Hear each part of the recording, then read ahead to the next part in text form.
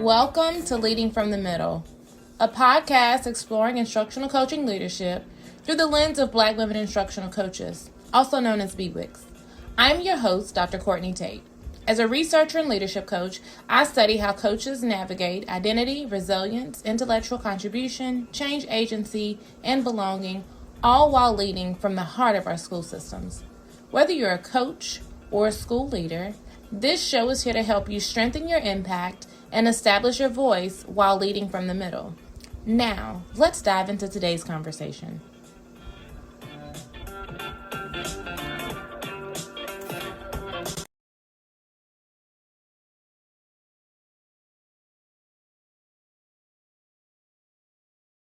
Welcome back to Leading from the Middle. Today, we are peeling back a curtain on the truth we don't talk about often enough. Coaching is not just about pedagogy, it's about people. And where there are people, there is typically going to be some layer of emotional labor. So, joining me today to help navigate this is Dr. Damion Lewis. He is well versed in SEL, leadership, and coaching. And so, Dr. Lewis, to get us started, could you share a little bit about your professional journey and what led you to this focus on SEL, leadership, and then, of course, we'll be talking about resilience? Awesome. No, it's a pleasure to be here. My journey is one that I would just say, likely, like so many others, pretty unique in just my transition. I'm from Halifax, North Carolina, from a small region of North Carolina. I did my undergraduate studies at Elizabeth City State University, of which I'm very proud. Okay. Yes. I completed my master's program at East Carolina University and then completed both my doctorate and EDS at Liberty University online. During that journey, during the experiences, I became a classroom teacher. I never sought out to be a teacher. When I was in undergrad, I was originally focused on being someone working in mass communications. And I guess I was just a little bit early before the technology curve hit that area. And so I found myself in education. I taught for 2 years. I quit saying, I'll never do this again. I landed a role in communications and I did not like it. After 2 months, I went back into the classroom. And at the time when I went back in, um, I was told by the hiring principal that they hired me because they needed a teacher, not because they thought I would do an awesome job. So it was my personal mission to make them change their mind. And so I became a teacher at that point. After 2 more years at that same school, I transitioned to another school in Wake County where I spent the rest of my teaching career, and the principal did not want me to leave. The way I was able to do that was as we talk about social emotional learning, SEL skills, that became a core part of my approach in the work that I was doing even then as a teacher. We weren't calling it that. And that's something that I've continued to just reiterate to folks when we call it good teaching, good coaching. It's those skills that you're embedding in place to make sure that you're having that connection with people to help them in their progression towards whatever the goals are and in the work. I think that's something that a teacher, a good teacher, brings into the classroom with them, whether you're calling it life skills, so SEL, or any other thing. As an adult, it's that same mantra. If you are a leader in a building, as a principal, if you're a coach at the district level, these are the things, though, that you need to have that rapport, but set that grounding foundation with folks to help them see the things that might be preventing their progression, even with all the knowledge they have, even with all the skills in place, even with all the resources there, the things that might be impeding that work. So when I think about today, the work that I continue to do in my current role, but even the things that I'm doing outside of my 9 to 5 daily work, it's being able to connect with people. And that's where those skills come into play. I love it. It's so true. We did not call it social emotional learning or SEL. We called it many other things, but it's centered around everything that we do. And I think the more well-versed people are in what SEL is, what resilience is, and kind of how that ties into your day-to-day, the better they can be intentional about how that shows up. I am digging into Dimension 2 today of my BWIC, Black Women Instructional Coaches Leadership Framework, which really focuses on resilience. But as you know, I can't really talk about resilience without talking about some of the SEL work. And so when I start to discuss resilience, it became a core theme for the BWICs that I studied. And in order for them to really be able to do their work well, resilience and having those coping strategies was essential. So, talking about that from your perspective, why is resilience particularly critical for those who are leading from the middle? Mm. When I think about resilience, I think about when everything is falling upon you, and when you say from the middle, you're dealing with those tensions and those pressures that are surfacing at levels beneath you, but then all those things that are collapsing upon you that are above Absolutely. your head. So it's things that you might have the natural skill set, the natural ability to deal with below you, but those things that you know that you can only offer suggestions or push above you, but you may not have the ability to actually move those things out of the way. Resilience keeps you sane in recognizing those things that you have the power to actually shift change, to do something differently about, and Mhm. to have the understanding for those pieces that you're going to be relying on others to make those moves. The things that you're going to have to provide perhaps commentary on or dialogue around to help make some things happen 1 to 2 levels above you. Without resiliency, I think that's where someone in the middle, you're going to get squished because Mm. those pressures that are surfacing from below you and those above you are going to just collapse on you, and you're going to likely result in, and I think we find ourselves in those places sometimes where you throw your hands up, and that's where you lose the fight because those pressures just seem insurmountable at the time. But I think about, it's interesting that you use the word resilience here. And I think about even going back to some of my research I did talking about specifically about African American female writers and the Mhm. things that they do in their writings, even in works of fiction, to show you what someone has to do in a society when those pressures are just mounting in those areas. And resilience is that key lever there. It's the thing that keeps you sane, but it's the thing that keeps you grounded in your purpose, in the things that you know you plan to do, and to keep you focused on that goal that's going to be supporting those that you're charged with leading and supporting. It is because when you're thinking about resilience and you talked about like kind of like that fatigue, right? When that Mm. happens, you're trying to carry the space and lead against the things that are countering you or pushing back against you, but you're also kind of holding space for everybody else and their emotional needs. And so it gets to be a little bit complex. Do you have any insight or any wise words you would share as people are trying to balance that fatigue with the resilience fatigue with holding space for others and their emotional needs? I think the first thing to do is just to be honest about it. I think you want to be honest about when you are dealing with those pressures and then having your own outlets for yourself to help ground you, to help give you some peace back to strengthen your core. Because it's just like what they tell you on the plane. You have to make sure that you're secured and you're okay first before you can help someone else. You need to put on your mask first. I think the other piece I would say for that is when you're in those spaces, even sharing that with those folks, depending on the context, sometimes being level setting with folks helps others to realize when you might be in a space where I don't have the answer right now. I am working through this. I am trying to figure this out. Or if you are coming to this with that lens of expertise, it's making sure that you've done those things first to take care of home. I can't go out and coach someone about improving in their classroom or in their instructional levers if right now I'm in a state of panic, disarray, or stress to the point where all those skills and knowledge I have aren't going to surface. This is what we think about when we think about different skills that we might measure for students or even for adults that we're supporting. If these are things that are impeding their ability to do their baseline work, and my job is to come in and coach and support them, then I also have to be cognizant that I'm affected by those very same things too. I am not immune to them. It makes me human, but that's the point of connection with an individual.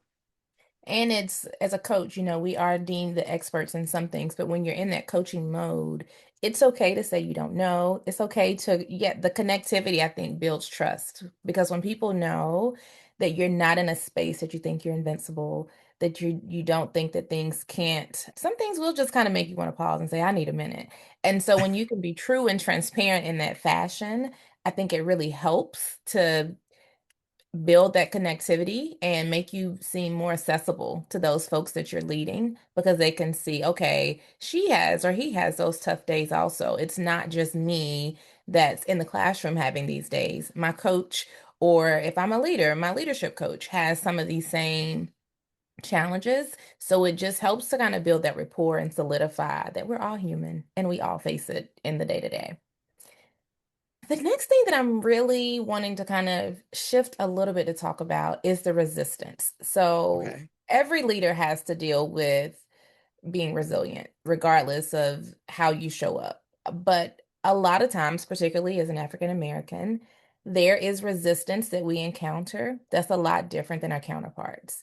And so when we tell our counter story or we tell our story of resilience and how we overcome things, a lot of times that comes with being able to figure out some of the coping mechanisms that we can put into place. So in my research, when I spoke with a lot of BWICs, they were able to share with me some of those coping mechanisms that they used, really leaning into community, really building habits and practices that helps them, especially when they found that their expertise was being ignored or that they weren't given those opportunities to make an impact because of gatekeeping. Mhm. So, when you think about that, do you have any tips or strategies that you've used if you've encountered this to cope when you encounter that pushback of being ignored, overlooked in the field when you're doing the work?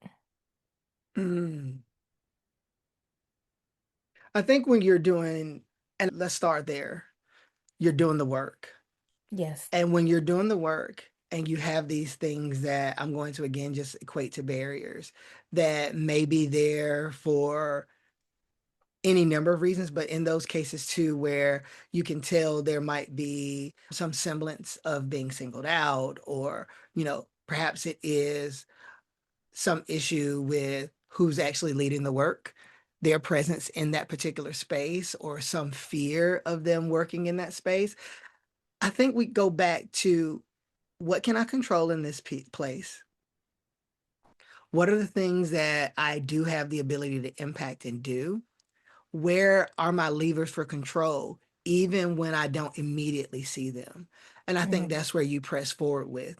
I'm going to use an example. I think about going back to being like a younger teacher. Uh-huh. I can say that now when I was a younger teacher, but being a younger teacher and having veterans who've been there, and then of course calling out the elephant in the room. We know that most schools, most settings in education, there are not a lot of Black men in those spaces. And so when you come in, you're young, you're inexperienced, because I think that's the other thing too. Like when you have to name too your strengths, but also the areas where, okay, this is where I might not check a box. But in those spaces, that's where I chose to push forward in many areas, but I had to do so in a way where I'm going to push forward in a way that it could rub some folks the wrong way because of their own perceptions. But I know Hmm. I'm doing it for these purposes. And in that case, it was for my students in the classroom to make sure that they had what they needed, even if it was being told that that group of students can't read that book. That text is going to be way above their ability. But Hmm. me as the educator in the room, and also knowing that I'm looking at this class and I'm looking at these students, and I know they need to be pushed, they need to be challenged. And if this content is a part of the curriculum, I'm going to make sure that I expose them to it. I'm not going to withhold it because there's a fear that they can't. When my job as the educator is to scaffold and push them towards being able to access, even if it's something that you, quote unquote, as the critic, the leader says we can't do. So I think any person in that space, when you are met with those obstacles and challenges, really think about the work. If I'm committing to the work, if I'm committing to the objectives of the work and those goals, then what I'm doing is not necessarily pushing against the system. I'm removing the obstacles that are preventing me from obtaining the goals that I'm required to meet. And when we do that, we are doing our job in being responsible for those we're charged with leading. And especially Hmm. in a space where you might be told, perhaps you are being told that you can't do that because of the color of your skin, where you went to school, your background, your lack of experience, your lack of knowledge, perceived. I Yeah. would like to pepper that with and say your Yeah. perceived lack in those areas. And I think that's the key there, perceived. Because if there was evidence of it, there would be some formal declaration. And sometimes I think there are barriers presented to us because they are perceived barriers. And I think that's our opportunity to recognize that maybe I can't, but maybe I can. And maybe there's a space too sometimes to say, I'm going to ask for forgiveness later if needed. But I've learned from experience, oftentimes folks love results. School districts love results, companies love results. And as long as you are not breaking a policy, you're not breaking a rule, you're not committing a crime by breaking the law, you might have to go into that uncomfortable space of I'm going to push forward.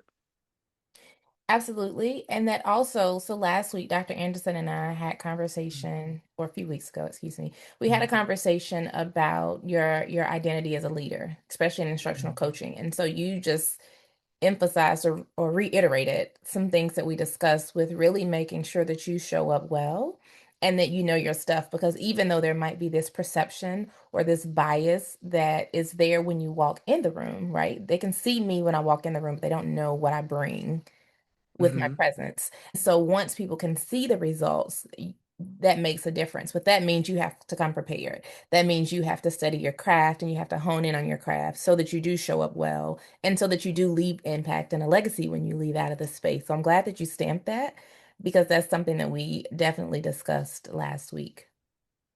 And I'm glad I want to touch on one more thing when you said Yeah. that, like, when you said, like, you come into this space and I think that's where you have to be confident in who you are and what you bring into the space. You have to be confident in how you got to the level that you are currently sitting or that position that you might currently be in. Someone along the lines double stamped that for you to be there. And you obviously overcame certain things to be there, whether it was through training, whether it was through continual positions that you made transition upward into, but you got to own that. And you can't let the fear of what people perceive, especially when you know it's not true.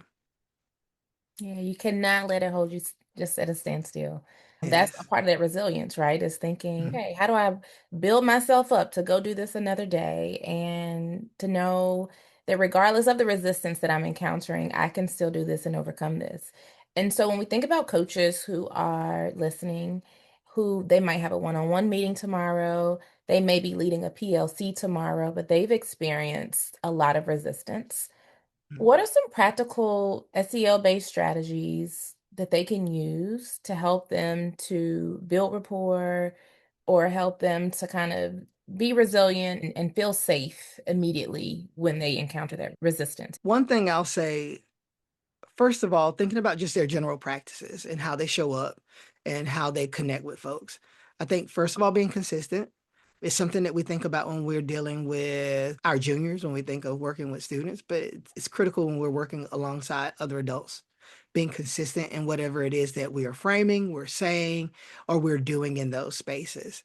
I think also we want to be able to make sure that people know that when we do come in this capacity as a coach, that we listen first and that it's critical that we're hearing those things. It doesn't always mean that we are agreeing to them, but we are listening and taking account for those in the space. We're elevating those pieces that need to be honored in the conversation. And I think that goes a long way to honoring the expertise that we're dealing with. One of the things that I like to do when I'm facilitating or leading professional learning, working now for an ed tech company, one of the things that comes into question is that I will enter into space and I might share my background and my experiences in education. I have to be honest, I used to come in with that as a leading point, like, yes, I'm showing you that I'm a part of the team and I've done this work. But what I had to slowly realize is that I'm no longer in the classroom every day. I'm no longer in a school building every day. And Yeah. so it's just like when you're coming in as a coach, and whether it's with a PLC or whether it's with a team, if you're not doing that same work that they're doing every day, it's great that you come in with that expertise and with that lens, but it's also great to be a little humble to say, the people that I am working with right now, or the people that I might be dealing with, I don't know what that sound was. The people that I'm dealing with, they're in the trenches, they're doing this work every day. They are the experts. And so I think listening goes a long way to start framing up those folks as the experts. Your job is not necessarily to dictate or tell them what to do, but it's to honor the experience in the room. And then from that 10,000-foot level, perhaps it is, or from standing back, I'm helping you connect dots that because you are so in the weeds that you can't see these dots connecting. It's the difference of somebody coming into your house and you're decorating and you think everything goes together, and someone who doesn't live in your house can just see something that's like, is that a little crooked? Or maybe you should do this, or maybe you can do that. Because they don't have that space, you can do that when you're facilitating. But I think you need to let folks know that that's what what you're doing. And I would say the last thing that you would do outside of that consistency, outside of that listening, um, you want to name and frame that space, the conversations, so that when they know that when you enter into it, you are now locking down that space. This is what sometimes folks might do with their norms that they put in place. This could also be with having certain things that become a part of that consistent agenda, i.e., I used to hate hearing the term like saying inclusion activities. This is an icebreaker, but it's a way for us to ground with each other. We're coming to the same level to ground before we go in and drill to do work. But once we go in and drill to do work, we each have different roles. So when I'm naming the room, I'm naming what we're doing in this space, but also who's doing what. And if I'm going to be the coach, there's things that I'm going to do as I'm supporting you, just as when I go see my therapist or do my virtual therapist now post COVID, I know that there's things that they're doing in that space to support me. Not that they have all the answers, but sometimes it's them being that mirror to reflect back. But I think sometimes folks need to know that. You have to remind them that this is what's going on in this space.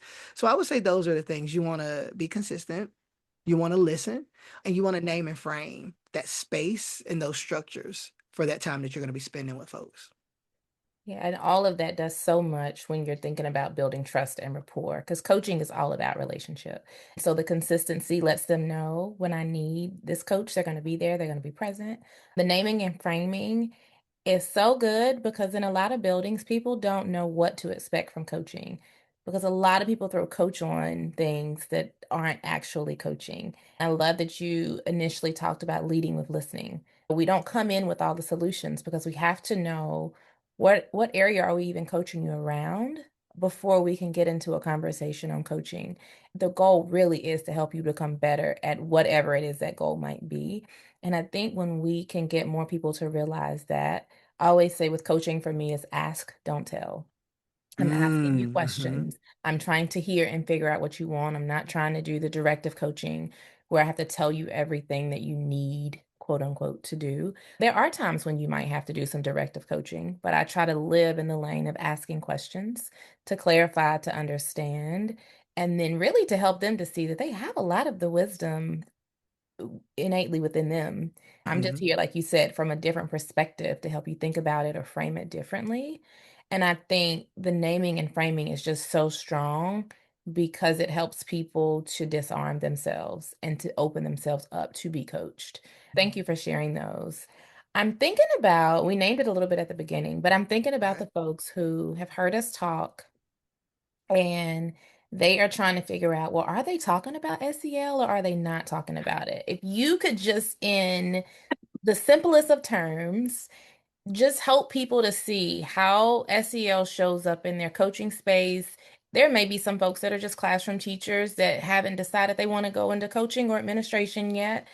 Could you kind of help them to see how this all comes together in a way that makes sense? I Mm-hmm. previously did some work at a SEL company, and my research showed that a lot of teachers want to teach it. They really don't even know what SEL is. We've had a lot of good conversation, but I want to make sure people don't leave here and they can't really understand or name what it is that we're talking about here. Yeah, I think I mentioned it earlier, and I still sometimes say this when I think about the work that adults might do with students in spaces where that's allowed or where that's the norm of what they do in their district, because so many districts people might call it different things. And I think that's the part that throws a lot of folks off. And so when you think about, and I'm just pulling up here, like when I think Okay. about rattling off like some of the things that folks might attribute to the competencies, right? Like self-awareness, self-management, social awareness, relationship skills, responsible decision making, right? If I frame those and thinking about universal skills that as a human, I might have to use or use with others or even with myself when it comes to certain things. Like, am Mhm. I aware of how I feel, how I think, my values, my strengths, my limitations? When I think of self management, am I thinking about how I manage my own emotions, how I handle stress, how I control impulses, social awareness? How am I recognizing and dealing with those things that are occurring in the spaces around me? Be it, can I be empathetic to folks? Can I understand when somebody else has a difference of opinion from me? Can I read social cues? Can I pick up and I'm not even gonna go down the full list, but when we start thinking Yeah. about these are natural humanistic things that we're always dealing with. I see them even more now as a parent. And so maybe that's something else that can help folks think about those things that we're trying to impart upon. And we say this especially when you're thinking about your when kids move into that toddler stage, where I'm old enough now to start verbalizing, but I don't necessarily have the skill sets to deal with all the emotions and all the transformation that's taking place in my body. We see it again when we hit puberty, and I know we've all been there, but now thinking back on it, cycling that forward to now in your professional work or in your spaces, you're dealing with these humanistic traits at all times, be it from yourself or those around you. You're dealing with it when you're in a meeting and when we think about relationship skills. Who do you feel comfortable sitting at the table with during the staff meeting? There Mhm. is a reason why there's certain tables that you want to sit at. Perhaps it's the connections you have with those people there. Perhaps it's in this particular meeting, I know we're going to work on this, and these folks I know have their stuff together, and I want to be organized. So even with those personality traits that vary, those are things that somebody might link back to SEL. They're just using that term to phrase those natural human skills. It could be the decisions you make and are they responsible? Meaning, if you're talking to a student, have you turned in your work that was due on time? If you're coaching an adult, your principal has you working on this as a part of a plan because you're trying to meet these objectives. You said you wanted to get a higher rating on your end of year summary. Are you making responsible decisions such as getting your lesson plans in and ensuring your students are meeting their goal? I don't call it SEL. These are still things you're doing. So we want to get away from the moniker. So for a moment, strip away the title.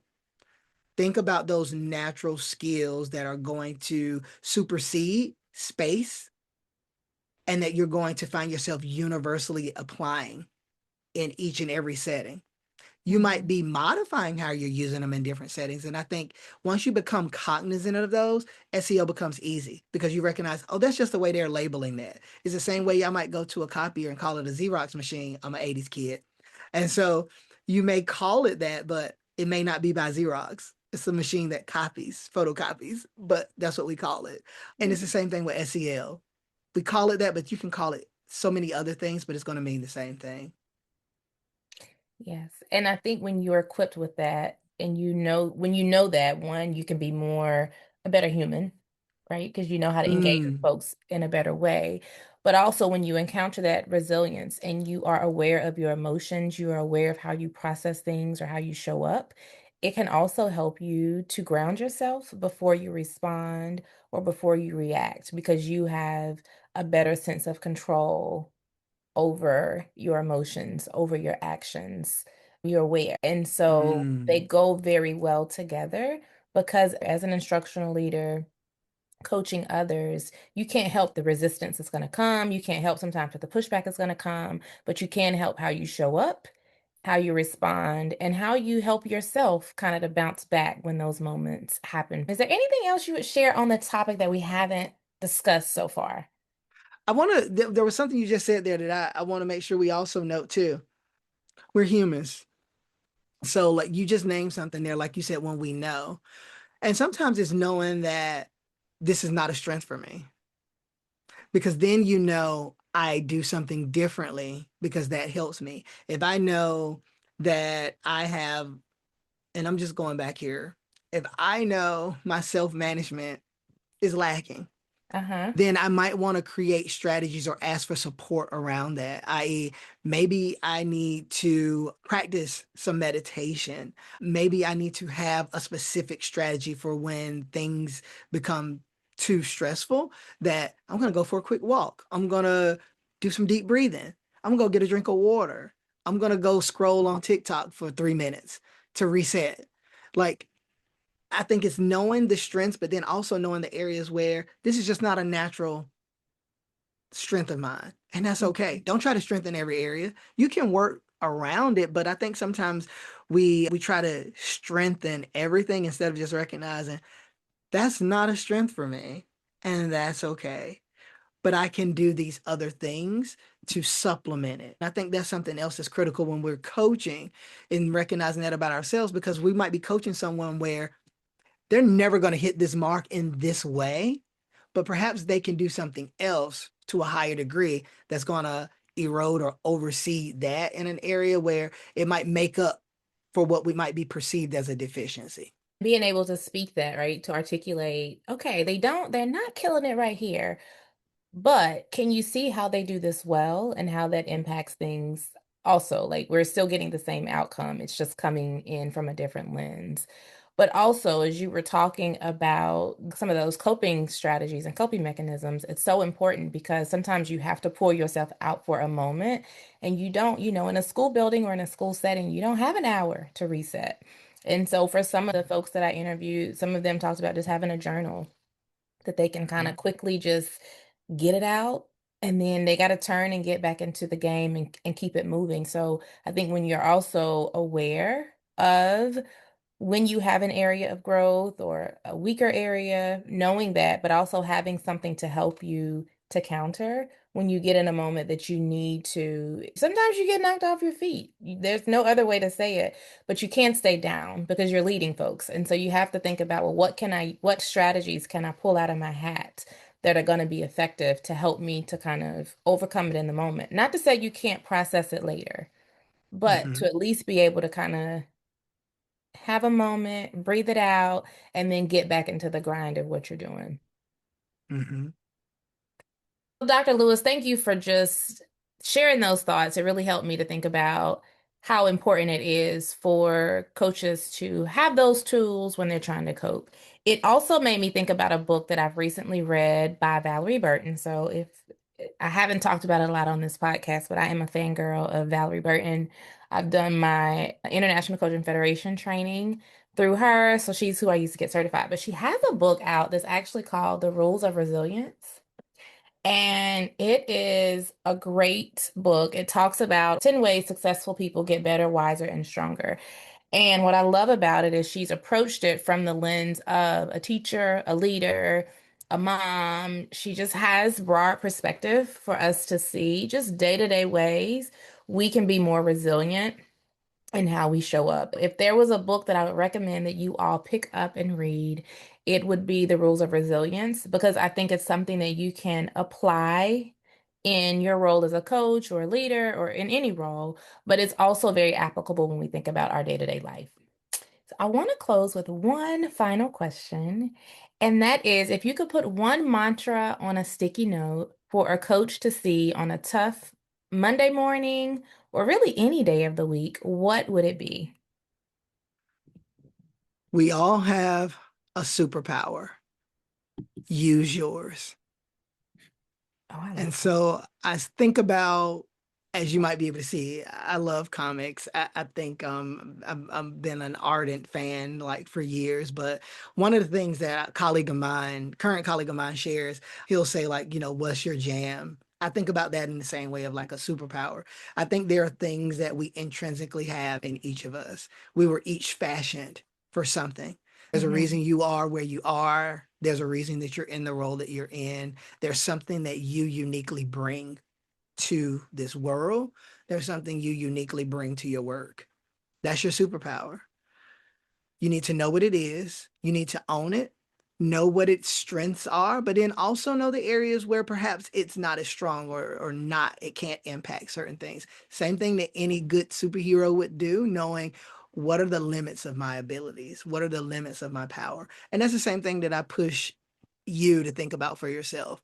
I think it's also a way to kind of reframe and reset yourself when you're having that tough day, or even when it's just the start of the morning. What's your superpower? What's your superpower? Own it and make sure that you're using it.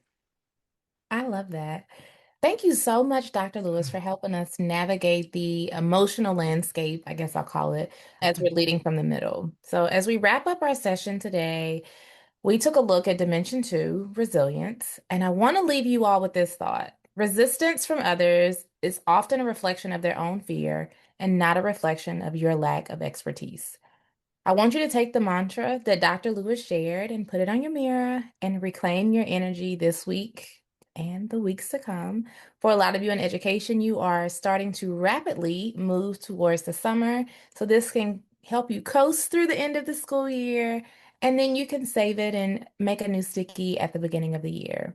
But special thanks to Dr. Damion Lewis for your incredible insights, for being willing to join us as we discuss leading from the middle. I'm Dr. Courtney Tate, and this is Leading from the Middle. We'll see you on the next episode.